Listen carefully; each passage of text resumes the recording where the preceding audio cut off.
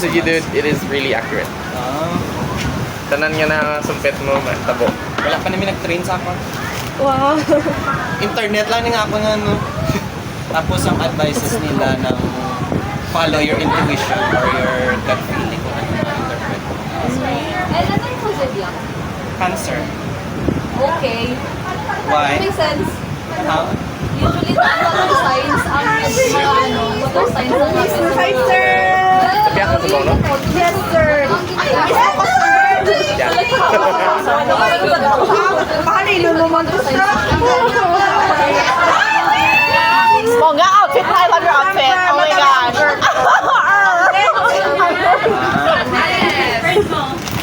Ako interested. Ako yung sa alin ko sa kung Dumating. sa high school, kinatry ko mag-ano, mag witchcraft. Pero hindi na lang tarot, na lang Bukas sa mga ano, bakit shuffle and cuts. makapagpunta sa mga sendan, mga malaki na lang. While you're shuffling, think of your question. Madam, bakit kwarta this year? Kamusta kang fortune this year? Wala na sa utak ko this year. Wala mo ba akong fortune this year? No, hindi. So what is your question for anything else? What's my love life and family life will look like in the next 5 years? I think that's a separate question. Ano lang nga, love life lang. Let's focus on the love life first. Sige, love life lang. Oh my gosh! But yeah. So for your love life, do you have a partner right now? Getting to know. No. Okay, let's get to know. First, the card that represents you. Oh my gosh! You're lost. You're someone who is lost. Someone who is still knowing things. But you are lost. And pinakamatyagan mo pang palibot mo. Or someone pinakamatyagan mo pa. Okay. What is the card that represents the other person? Sino ba? Sometimes baka mabalik sa past. Losing someone. Siya ko, ano? It's either he's hopeless or he doesn't believe or he doesn't have faith.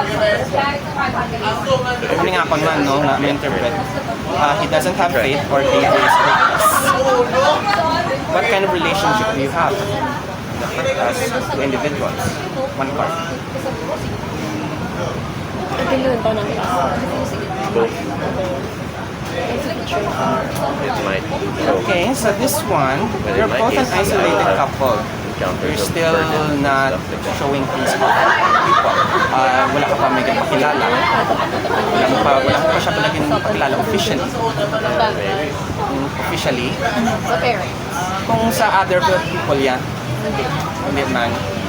Eh kung hindi man amo na siya, it's either that ng Pero isolated with me. isolated siya nga situation. So what is your past? Oh my gosh.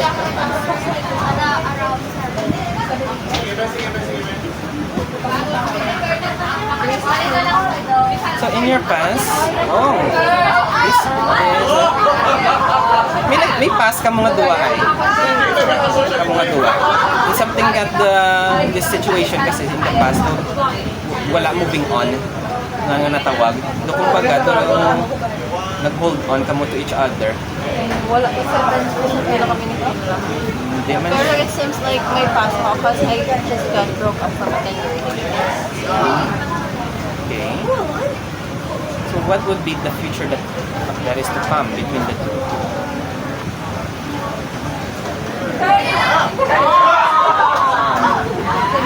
Tahan na. Okay. Hindi man siya kulubaan. This means nga kasi na when it comes to the hangman, it means self-sacrifice, being martyr, or giving way to other people. So kumbaga, tagay ka mo sa may pagpapasensya, may pag-intindihan na man. So I think it's a good future for you. Ang burden niya kung always kiniyak. That would be Burden sa bakit. Okay. Oh. Ubus na ubus ang akong energy. Sapos niya tanig, nangyari ko din feelings galing mo lang. Ano ba lang yung nangyari? Cup tapos tea leaves. And then you have to drink the and then you read the tea leaves position and the images na pinapagawa.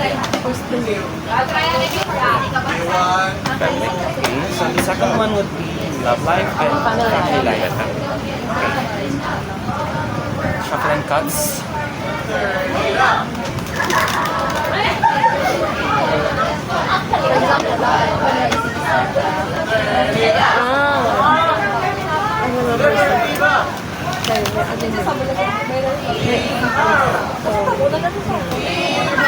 Ay, sabi na ko.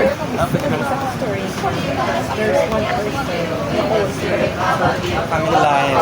So what specifically So will I still be the one ang babaang someone carry, you know? burden? Or more on the burden. Actually, yes or no question, pero try that. First card, person.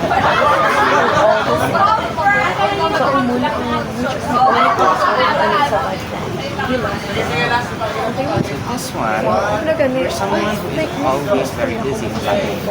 Never a lot of things. And I can see that you're very worked out sometimes. So what is will you need or what's anong kulang sa inyo? Oval faces. Or anong kinakailangan mo ganun? Basta may isa.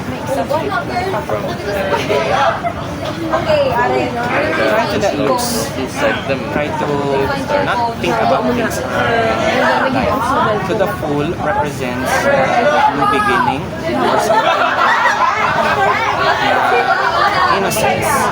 Pero since reverse siya, so this one, yun na represent ka either deception sa iyo self or hapos ka i-tuon or hindi man kinahanglan mo gid na siya nga hindi ka naman numdum sa iban. Try to be selfish in life as well. So what is your anong path behind is your past, things that you will be leaving behind. A great fortune will be left behind. Your destiny, your situation, your luck, you will be leaving it behind. Moving forward, what will grow? What will you learn?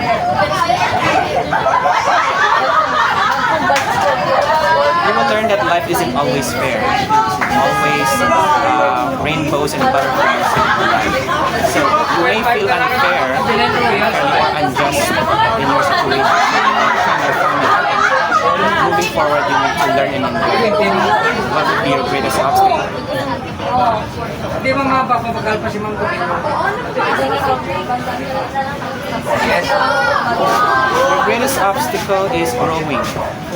Growing. Paano ka mag-improve in life? Paano ka mag-grow sa iyong job? Paano ka mag-grow sa iyong family? Paano ka mag-grow sa total? What would be the windfall if you overcome this? Everyone's jealous. This one is representing if you can overcome this part, there will be broken dreams, disappointments in life. What would be your outcome? In the end, all of your hard work will have great rewards. Yes. So what do you think?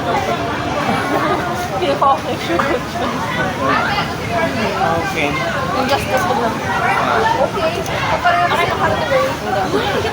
Katarat ko. Tarot.